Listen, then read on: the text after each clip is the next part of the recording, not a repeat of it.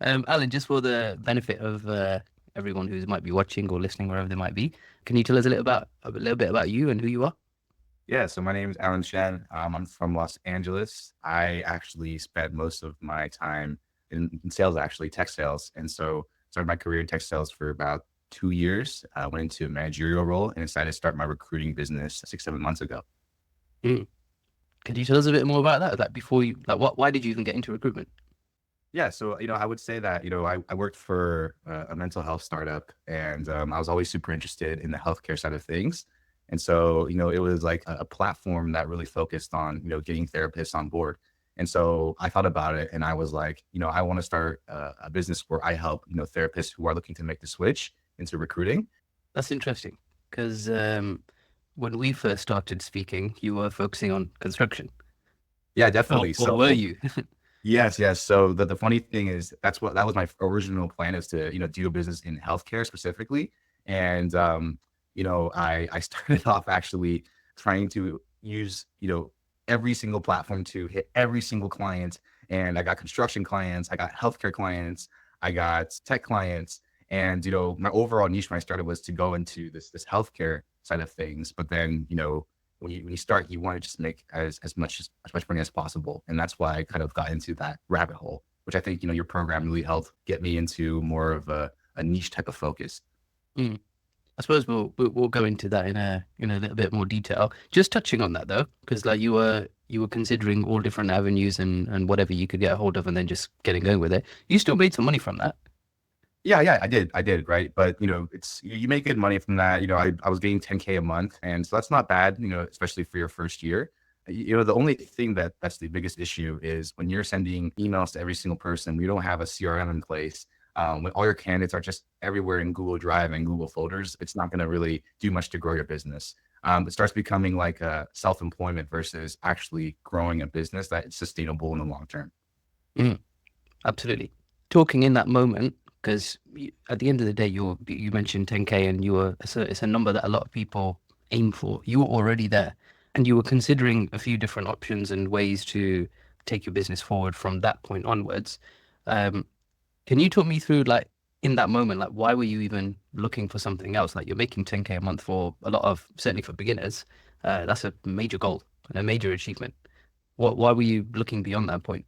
Because another reason why I started this recruiting business is not just because I didn't want to have a boss. I wanted to work on my own, and I wanted to be on my own.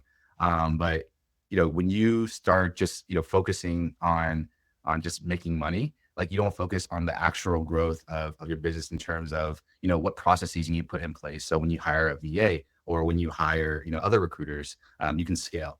When you think and have this mindset of, okay, I'm confident and I'm happy, I'm content with making 10K a month, then you kind of stop thinking about, what you did, why you did this in the first place, which is to grow and scale, and to make it a sustainable business where you're not working 60 to 70 hours a week. Yeah, Yeah. absolutely. Absolutely. Yeah, it does shift your perspective. Did you did you try anything else to, like, from where you were at that 10K per month mark? Like, what were the things that you were experimenting and trying with at that moment in time before we spoke? So many things. The biggest thing that I think I shouldn't have done is just sending a bunch of cold emails to candidates. And Oof.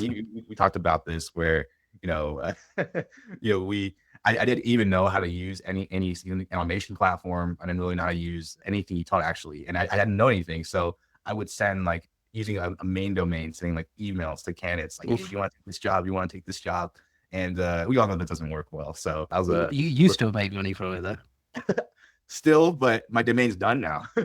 Like, it's completely out of, and yeah, you got to buy new ones. So it's not a really sustainable way of doing this. And it took me what, like 12 hour days to just send a couple of personalized emails to candidates, just so they Mm. can talk to me and maybe be interested in the interview with my client. So it's all just down to potluck, basically. Just whatever would come through. It basically is just luck. Luck Okay. come through, hopefully it works. And You hey, got lucky making 10K a month, then. I mean, you can work hard and do it. I mean, the thing is that it's, I guess it's not really a sustainable way, because you can get a job a managerial job that pays more, and and sometimes actually is an easier job than working like 11 hours a day trying to start a business just to make 100K a year. It's good money, but it really isn't a way to be sustainable in terms of your personal life and work life balance. Mm. I say that often, especially when I speak to people who have like no understanding of recruitment or complete beginners. It's just, there's a lot to learn, and there's a lot that goes into it. Obviously from our encounters and conversations. There's a lot of really, really fine nuances that come out that you don't Right. anticipate, and you just don't know until you actually get there. And those have come out in the conversations that we've been having. In the moment where you were actually making good money and you were thinking about growing this business, again, before we had actually spoken, what did that feel like? Because, like I said earlier, this is like a dream for a lot of people who are not making that kind of money. How did you just feel? Like, I'm just talking human level here. I felt like it felt like it was like a time for me just to like you just feel it like it's time to make the switch, like because it's like you feel exhausted from like those days and from weekends working and having time away from friends, family, your partner, and not being able to do the things you like. And so you start just feeling like, hey, this is a time where I need to really make this more efficient, because at the back of my head I know I wasn't doing like the most optimized process. Sending emails a day. I knew there was a better way to do this, and actually, I came across a friend who referred me to your program, and I work I work much less now in terms of getting automations in place, but also I utilize your processes to really able to get high response rates from both clients and candidates, but also really specialize in a niche where in maybe 2 or 3 years down the line, I have a database of thousands and thousands of candidates where I can just work with and develop a long term relationship rather than just like a churn and burn type of business here. Yeah, I'm glad you can see that repeat element, like the long term vision. Because when we initially spoke, it wasn't the case. You said there were some things that you weren't able to do because of the hours that you were working. Are you okay to share some examples of some of the things that you wanted to do that you couldn't? Yeah, most definitely. I mean, even just going to like a brewery with your partner, like it's just like I gotta send emails right now. I gotta make personalized emails, or I gotta make a call at the moment. Traveling, like a couple buddies and I want to go to a trip to Cancun.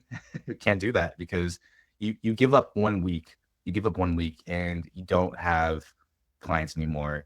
You have clients who don't trust you anymore. You have candidates who don't want to work with you anymore because you took too long to find the job or they found another offer. And so it becomes like you become tied to your business, and it almost is like if you don't put in the work, then you're not gonna be able to sustain it. What do you think would happen now if you went on holiday? I think knowing my personality, I'll still go on a few calls, but that wasn't because of that's not because of me having to go on those calls. Okay, this is it's more of an emotional attachment now. Yeah, it is. It's um, emotional.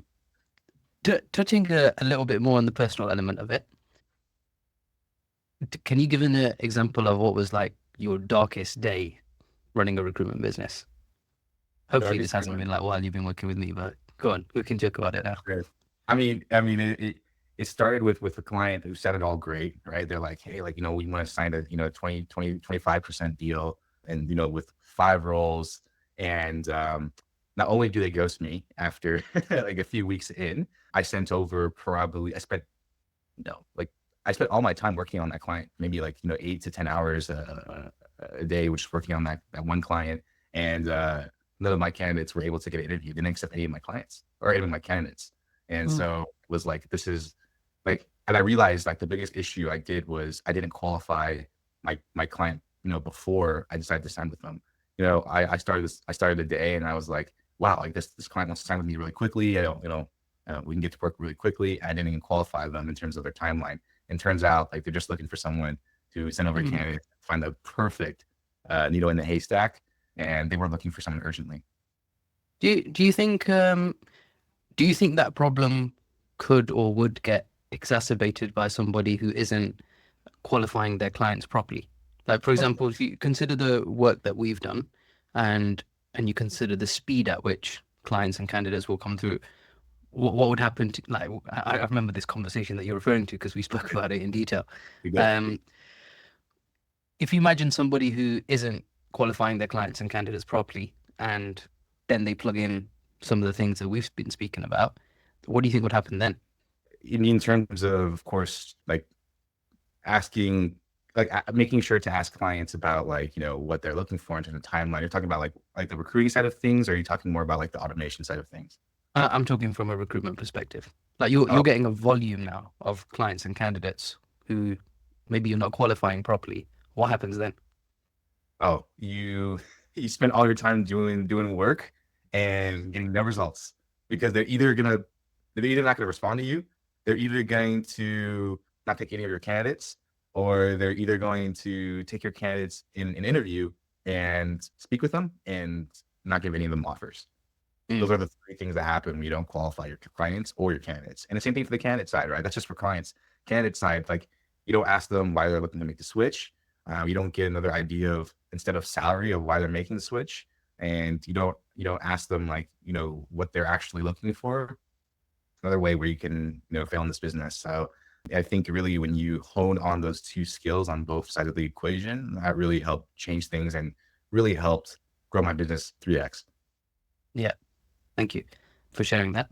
There's what would you say about the balance in, like, obviously I'm going to talk a little bit about your experience of working with me as well. How would you describe the balance of what is super technical from, all the system setup stuff versus how much effort is put into recruitment, the personal relationship, the emphasis on that side? Because I think on the outside, certainly for anybody who's not too familiar with recruitment or not recruitment, too familiar with automation and then hasn't played with it to the degree that we have, there's almost this impression of, you lose the personal touch or you stop talking to people or you stop having conversations or meaningful conversations with either clients or candidates. How's that played out for you? The thing about your program though is there's a lot of programs out there that talk about automate your full business 100%, so you can you know live freely and live a great life and make millions of dollars a year. And I mean, it's not to say like those programs don't work. I mean, you can like just plug in so many automations, use AI, and you can close some deals from that. But it's not like what you said, it's not sustainable where you don't build a long-term relationship with your clients, and you're constantly doing business development to find new clients, which is how recruiters burn out. And so I Mm, think the thing about your business is that you incorporate a few things automation that make things quicker, but you don't lose the personal touch, right? In terms of reaching out to clients and candidates, like you have your own ways where you can personalize this. mm, Obviously, I don't want to mention too much on this call because that's what your program is for. But that's all that's right. what you do. Yeah, that's what you do. And so it's about really combining those two to the perfect level where you don't lose the personal touch, but also you make things faster through automation. Cool. Look, glad you shared that. I think that should clarify for whoever's listening when it comes to there just seems to be a risk associated with it, with using automation, then losing the personal touch. So thanks for sharing that. Now that you've got some of the stuff set up anyway. When we go back, and I want to talk a bit more about our experience. When we go back to like when we first spoke, yeah, you were considering a few different options from a growth perspective for your business. Like you considering a few different avenues, programs, and even options as well. If you remember, I said to you, you're making the wrong choice about everything that you're considering. Do you remember that conversation?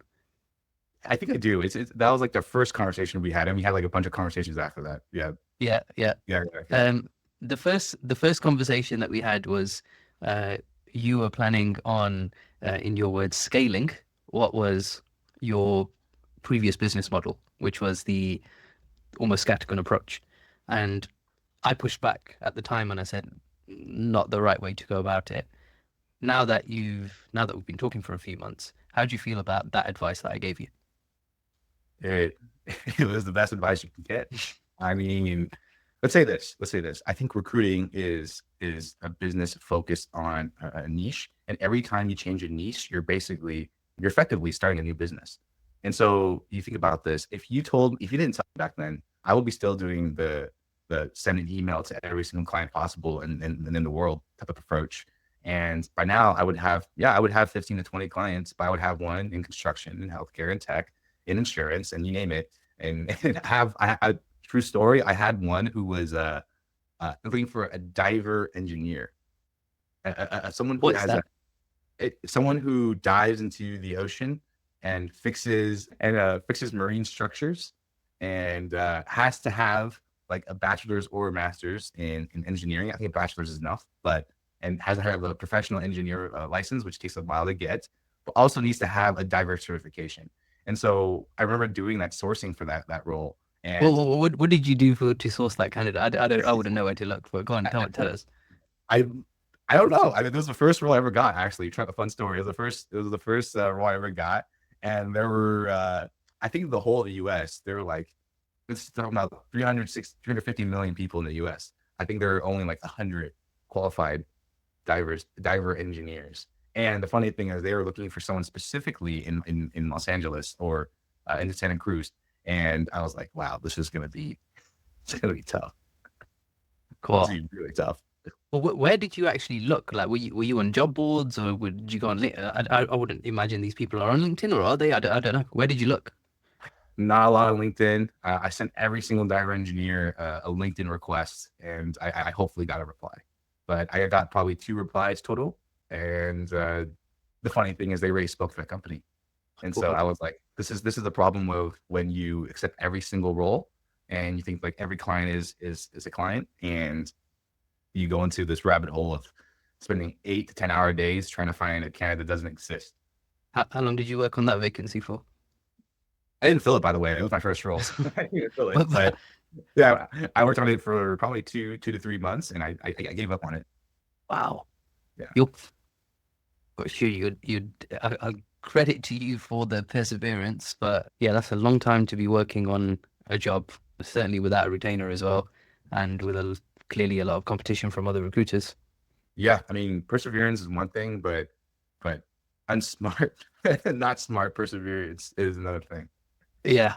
Um, I'm glad you can reflect back on it and now critique yourself on it, critique yourself on it. Touching back on your experience of working with me, how would you describe the process from an understanding, implementation, and a support perspective? Your support, my biggest pro about this program is your support. There was never one time in this program where I'm like, why is it Mo responding to me? Which you can't say for a lot of programs out there. But a lot of programs out there, they do these group coaching calls where the founder isn't even on these calls, and it doesn't really ring a good bell for me for these other programs. And the reason why is because you spend so hard trying to pitch your services, but you don't have that personalization. And so I really like how you as the founder get involved in these group coaching calls. Obviously, like, adding more people on board is totally fine, but just you're still involved somewhat in terms of being in the calls. And I think there's never a time where you didn't respond to me. I had a question, and you can ask the whole group and how many questions I asked. I probably asked the record amount of questions in this group. Yeah, I'm sure you have. Yeah, and I'm always the first to hop on a call, and you're always there to answer it. No time wasted. Get it done, and you come back next week and There ask. were, yeah, I know we joked about it. There were times where I felt like, is this guy just testing me? Like, is this even a Yeah, real situation where he's just, it's not testing. It's just my personality, man. yeah, no, It's you are very inquisitive. It's a good thing to have. But it was along the way I was like, we joked about it at the yeah, time, and I yeah. said, like, are you testing me? Like, is this a real situation that you've got? But it was really, really. There were a few times where it was so unique, and you just you can't extract that information from a book or anything like that. It's just literally it comes with experience, and I'm glad I was there to help you, basically.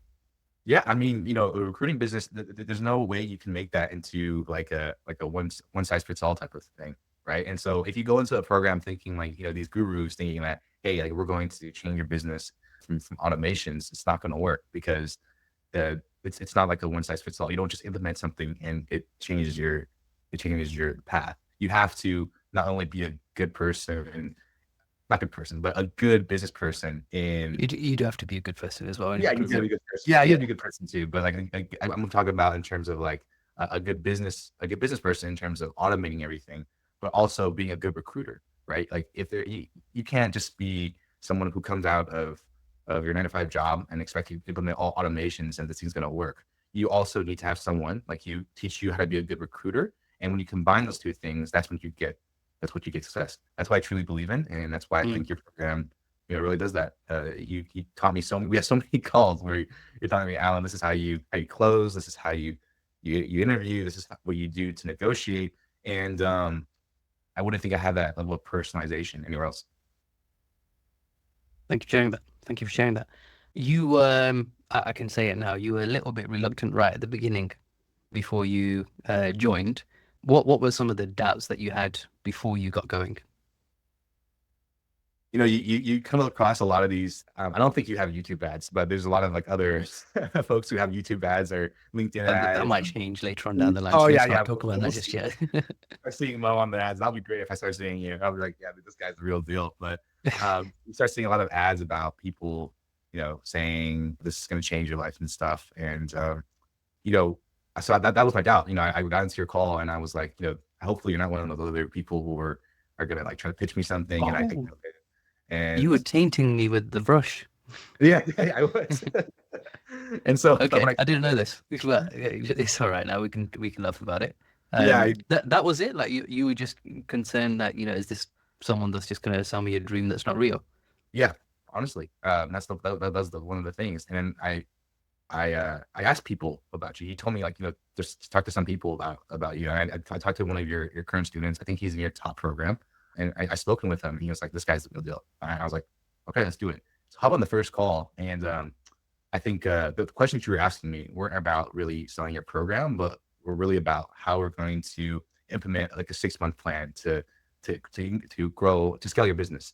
And I think when we talked about that and you offered the next day to speak with me again and to be like, hey, Alan, like you don't have to sign with me or not. Like, I just want to be here to support you. I think that mentality of really, caring about, the success of your students is makes a big difference versus a lot of other calls I've been on.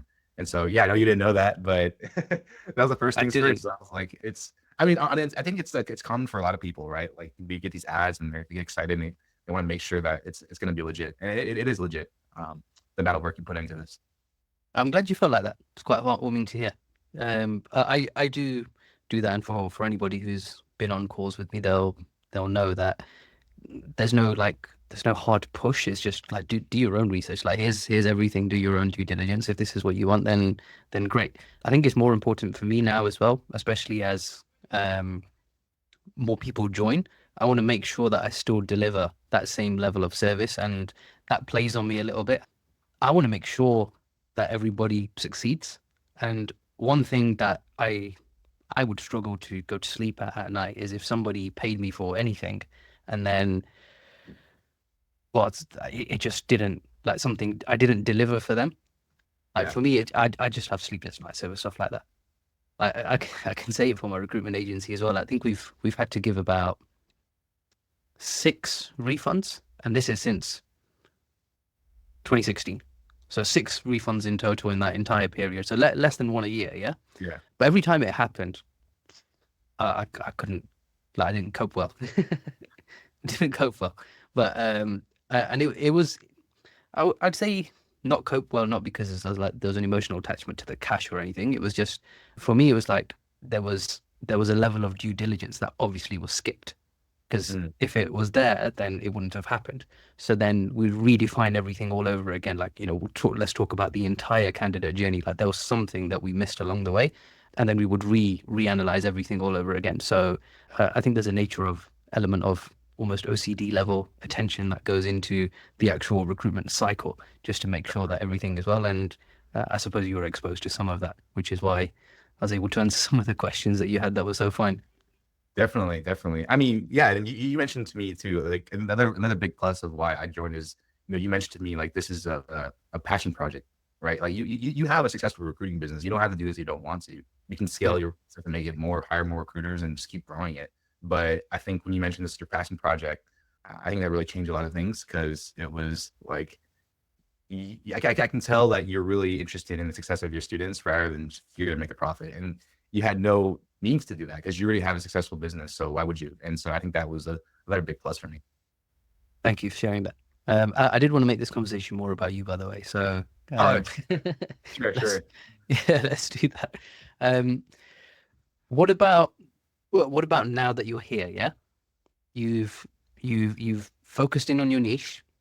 Like if you I'm just looking back at where we were right at the beginning, like you're covering the whole of the US right now. We're right down to one city, Yes. and when you consider the niche that you're focusing in on now and the way the business looks right now from a trajectory perspective, how would you define success, like going forward beyond this point?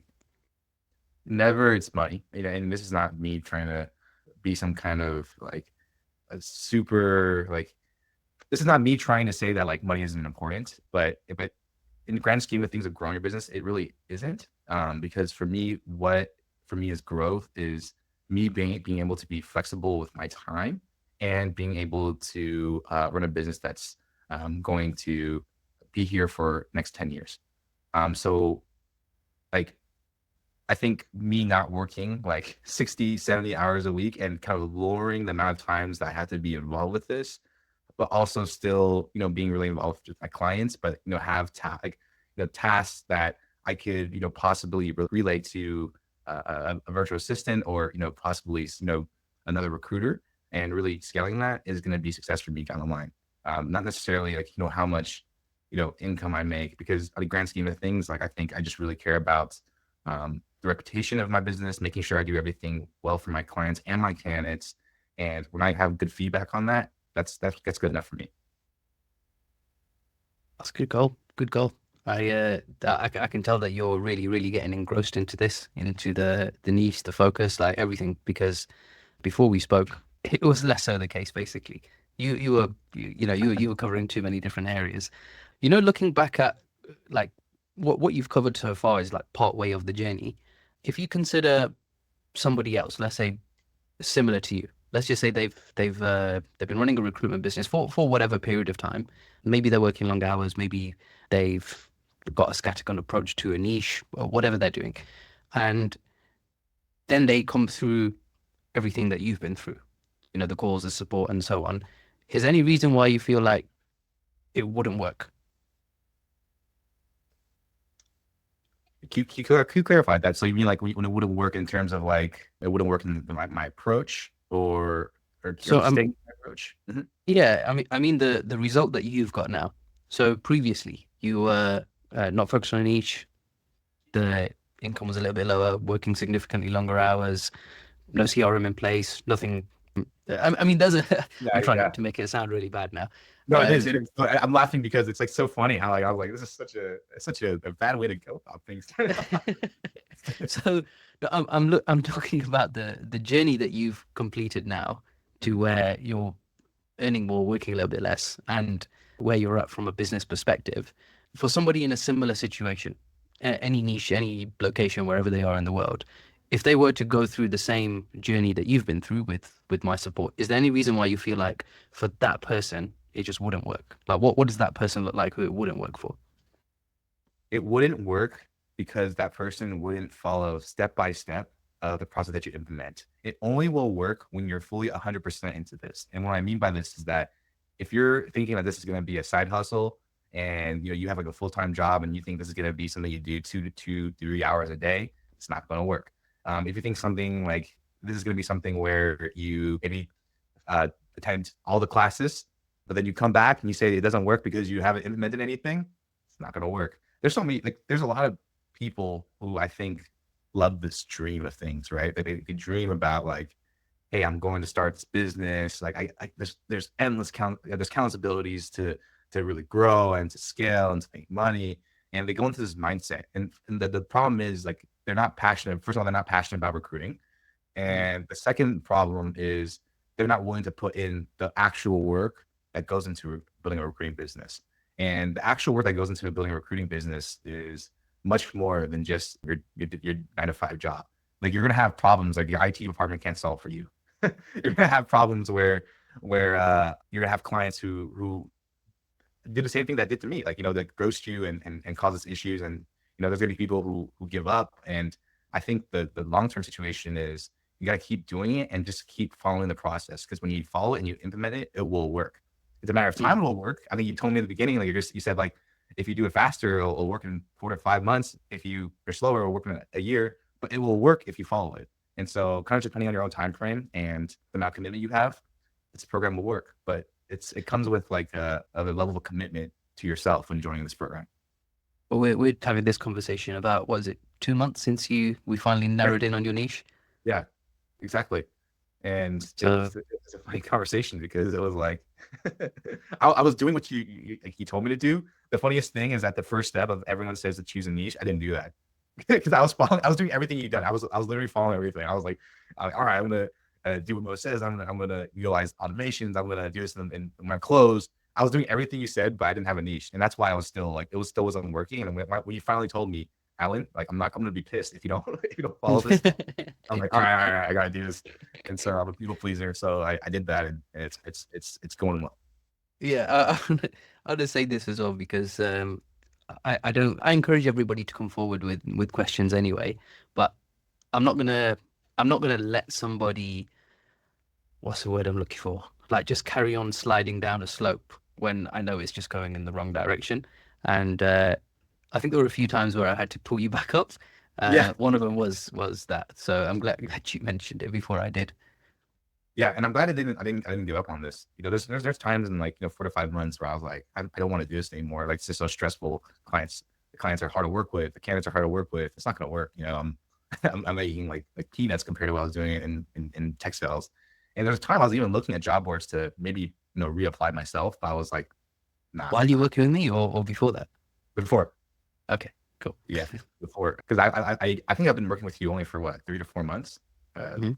And then that was the previous 3 months. I've been doing this for, like I said, 6 to 7 months. So the previous 3 months when I wasn't working with you, yeah, that was there's a time I was just like, "God, this is not gonna work." Yeah, it's a hard slog the way that you were doing things before. Like, no, clearly you can make money from it, but it's like you said, it's a road to burnout. So, and Exactly. yeah, there's plenty of recruiters doing that at the moment. You know, the 50+ hour weeks, just to make things work. I mean, there's nothing wrong with working long hours. We all do occasionally. It's just it's very different when there's no end in sight. Exactly. Exactly. Like when does this end, right? Like you're gonna keep doing this over and over again, and without really scaling, and it's gonna be just like basically another job you give to yourself. Exactly that. Exactly that. Where are you at now, business wise? Let's clarify that. Are you business wise in terms of where I want to go next, or That's the next question. That's okay. where are you at now? I'm at a great place. I'm signed with 3 to 4 active clients who are great. I love working with them. They're all in my niche. I have a few more client calls next week. Hopefully, get some more signed on. So probably a total of 6 clients. One client I have 10 jobs with. Another client I have 4 or 5 jobs. The rest of them we'll see down the line.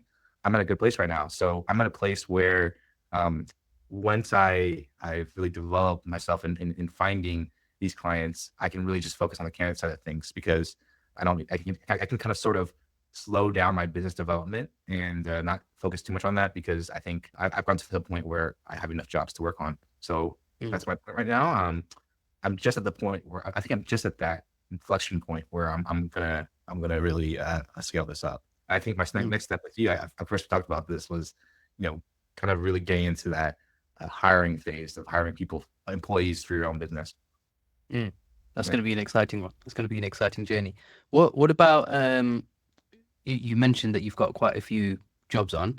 Um, Jobs on in itself from a recruitment perspective isn't like the most exciting part of it. It gets more fun when you've got interviews happening, yeah? Yeah. Um, where are you at when it comes to interviews with these jobs? The company with the one company that I have 10 jobs with, I have 10 interviews aligned. So one interview Oh, for you every. bumped that up then since we last spoke. Yeah, I'm trying to bump it every day. I mean, it's just getting hard to find like more and more clients or candidates sometimes because it's there's so many jobs open. So I think I'm probably at like I have another conversation today and next week. So I'm gonna be at 12 for that one client in terms of interviews.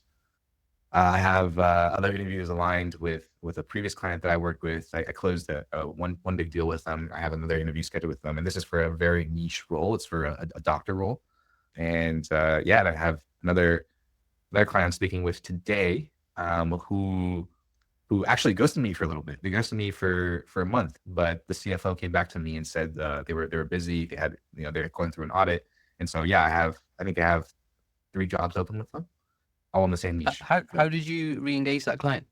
I followed up with them. Okay, so this is how I work with clients who necessarily don't respond that quickly.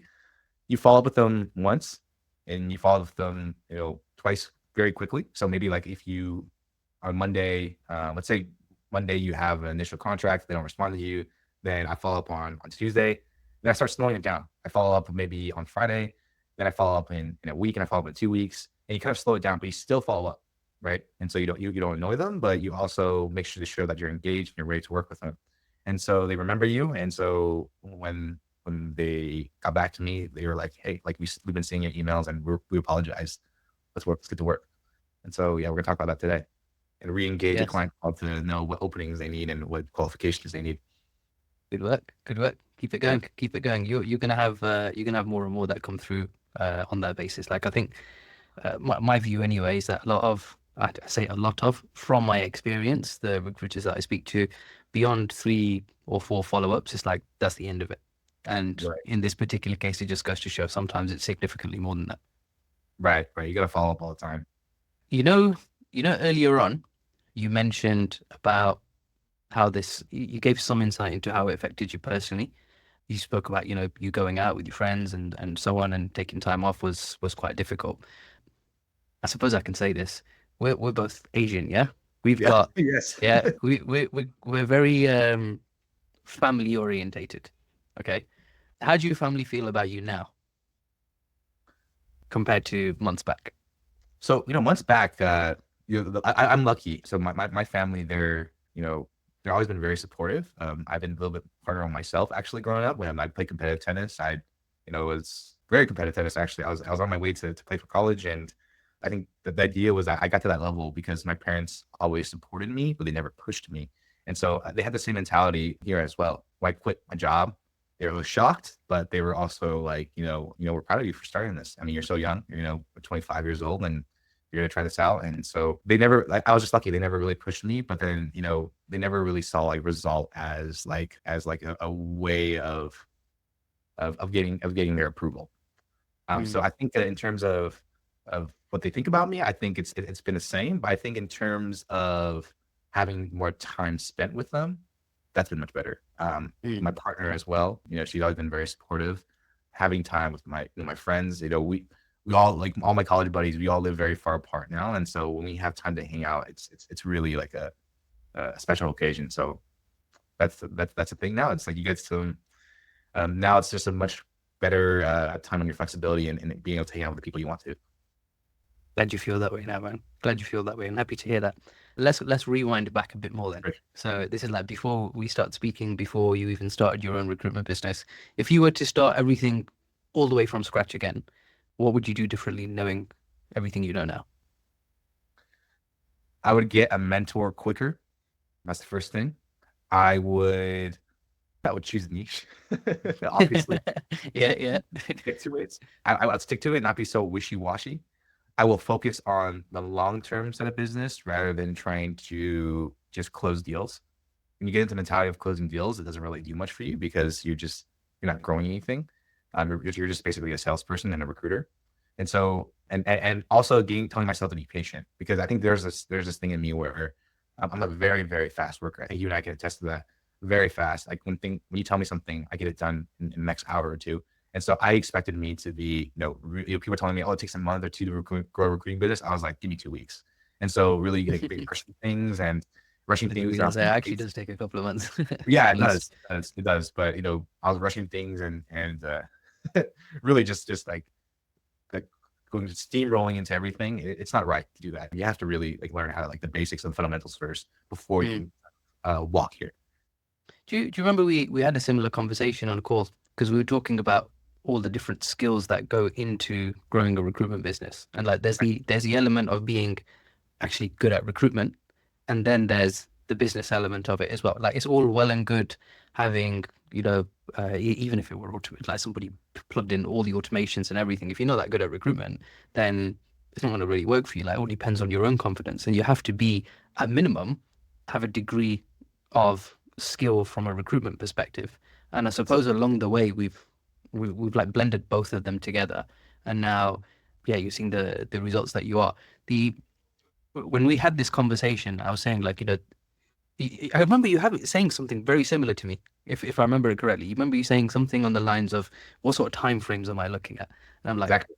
"Dude, it's gonna take a little bit of time. Like there's a lot to learn. Yeah, Considering, yes, you had some sales experience and that helped definitely, but then when I'm thinking back to some of the conversations I have with beginners as well.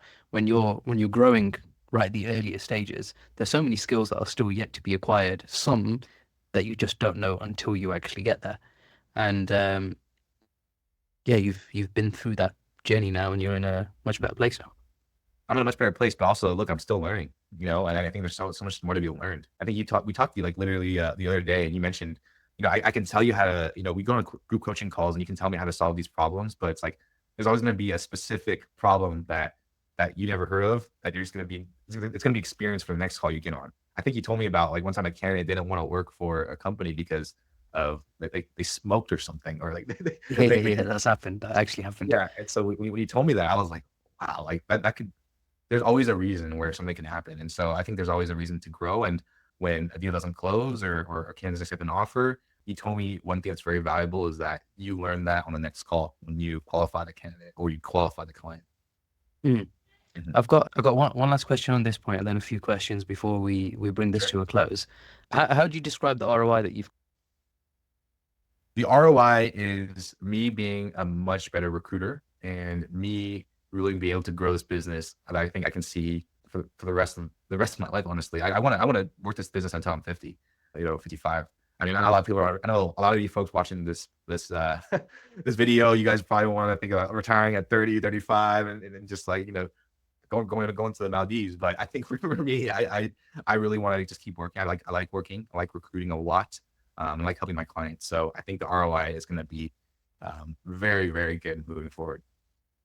Just bringing this slowly to a close now, then, what would you tell someone who's maybe watching this right now and they're unsure about getting going or working with me? What would you say to them?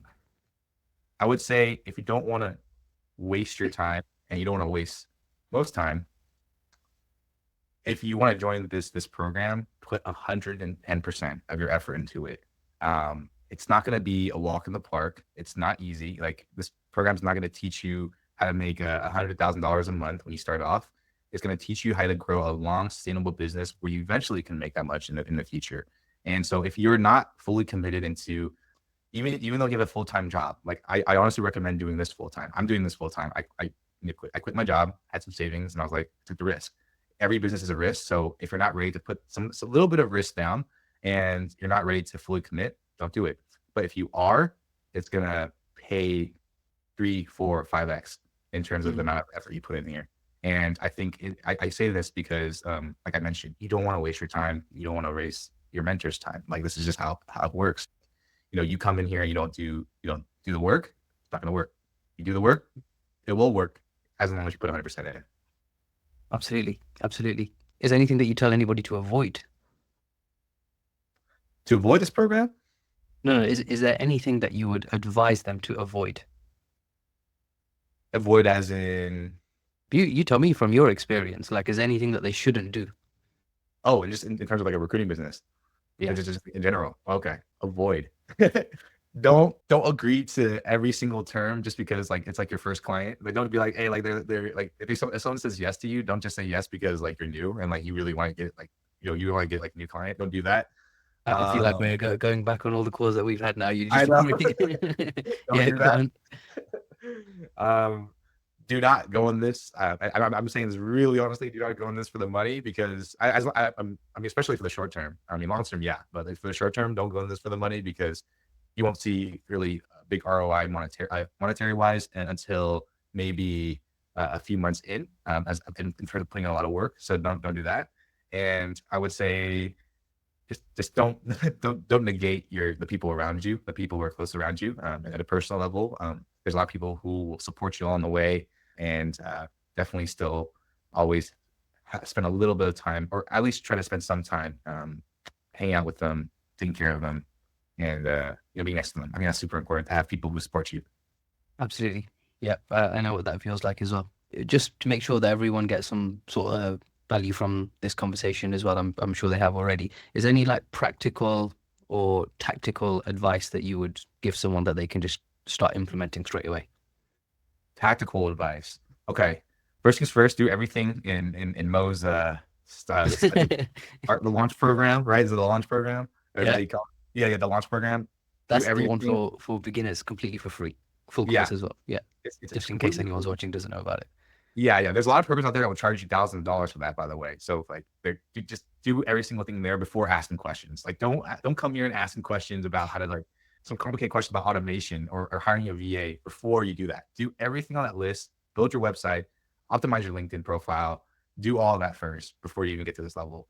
Once you do that, technically, then you can start thinking about how to be a good recruiter. I think before you implement all the automations, learn how to be a good recruiter in terms of getting most advice on closing deals, sourcing candidates, speaking with clients, and then get into the automation side of things. Don't just start downloading all the software and automating everything and then ask Bo or anyone on the call like, why isn't this working? Don't do that. Yeah, Yeah.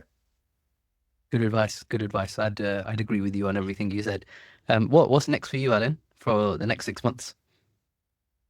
So it's funny because I have my partner, she's in nursing school, so I'm only trying to take care of her and support her, but also doing this business on the same side. So I'm gonna be super busy moving forward. But what's next for me is um possibly hiring a VA. I'm at a level where I think I close a couple more deals, and I think I can get into the mindset of having someone to support you, and so I can spend more time doing other tasks. And I think that the possibly in the next year hiring a recruiter that I can work with as well. We'll see how that happens, and I probably need your advice on that, Mo, but that's what it looks like. Recruiter might take a little longer, actually, a year and a half or two. Yeah, you'll to be honest, like you said earlier, it's it's less so the pace and time at which you do it, more so that you do it properly, because you don't if you don't do it properly, then everything falls apart. Just like you mentioned, like do the recruitment, do the action steps and everything, then plug in the automations, everything works significantly better. And it's the same thing for every single hire that you can make. I think I'm just sharing this now. We've got employees who are having record months. I've had to pay some of the biggest wage slips that I've had seen. Like, I won't share the numbers here because it's quite personal. But Sure. along the journey, along the journey, there's always going to be challenges. But to make sure that it's done properly, then it it kind of removes all the problems along the way. And I hate to say it, but well, I can confidently say it now.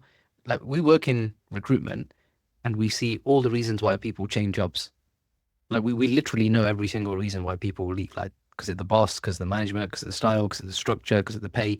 And when I see recruitment businesses who have like high staff turnover or a really small team and they can't keep them, that concerns me a little bit.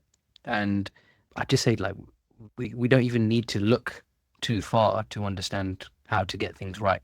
So you'll learn some lessons along the way, and then they'll be supporting you throughout the rest of the journey while we continue to work together. Awesome. Thanks, Bo. I appreciate it. Brilliant. Any final comments or thoughts you want to say to anybody who's watching or listening? Let's do it. Let's go. Let's Let's do it. go. Let's go. Cool. All right. Well, let's crack on. I'll leave links to everything that Alan's mentioned as well, including the free course that I put together. It's a 5 hour long YouTube video. I'll link that below. And for anybody else who's interested in having a conversation with me and having a similar experience, I'll leave the details. But for now, Alan, I look forward to seeing you on the next call next time we speak. Awesome. Take care. All right. Take care.